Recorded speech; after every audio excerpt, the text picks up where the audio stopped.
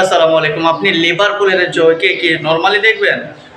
যে একদম সাদাসিধা আপনার লিভারপুল খুব কম্পিটিশন করে এবার প্রিমিয়ার লিগের টাইটেল শিরোপাটা জিতলো 20তম শিরোপাটা। এটা কি অতি সিম্পল? খুবই সাধারণ না। এটা কোনো সিম্পল বা সাধারণ কোনো বিষয় না। লিভারপুল এবার যে জয়টা করেছে তারা দাপটের সহিত জয়টা করেছে। তাদের যে সেকেন্ড পজিশনে যারা রয়েছে আর্সেনালের যে দুজন এগিয়ে প্রায় 15-16 পয়েন্ট এগিয়ে।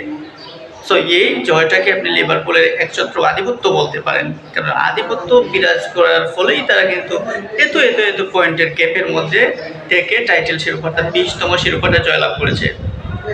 সো এখানে কারো অ্যাক্সিডেন্ট বা কোনো বাজে ফর্মের কোনো টিম বা এরকম কোনো কিছু ভাবতে পারবে না। যে ম্যান সিটি টানা চারটা শিরোপা নিয়ে প্রিমিয়ার লিগে রয়েছে টপে।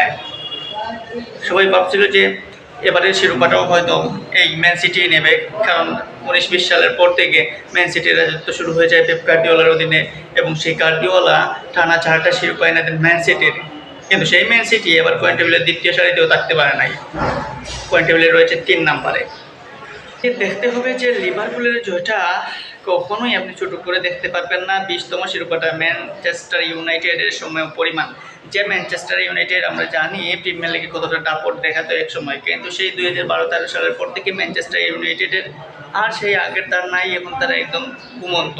তবে লিভারপুল এখন জাগ্রত, তারা কিন্তু 20টা শিরোপা নিয়ে নিয়েছে। 19-20 সালে লাস্ট শিরোপা নিয়েছিল, পরবর্তীতে তারা গ্যাপ দেয়, আবার ঘুরে ফিরে 24-25-এ এসে সেই শিরোপা পুরা তার মেটলো।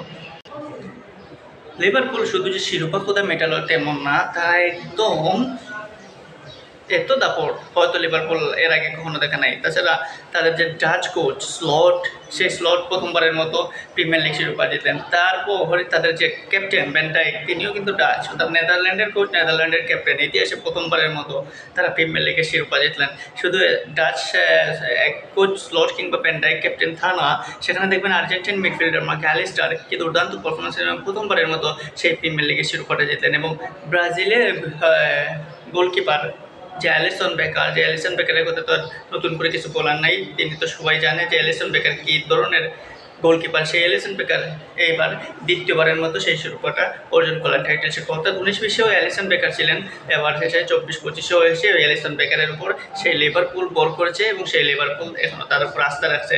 এবং মিশরীয় মোহাম্মদ সালাহ, সেই সালাহ তো অবিশ্বাস্য।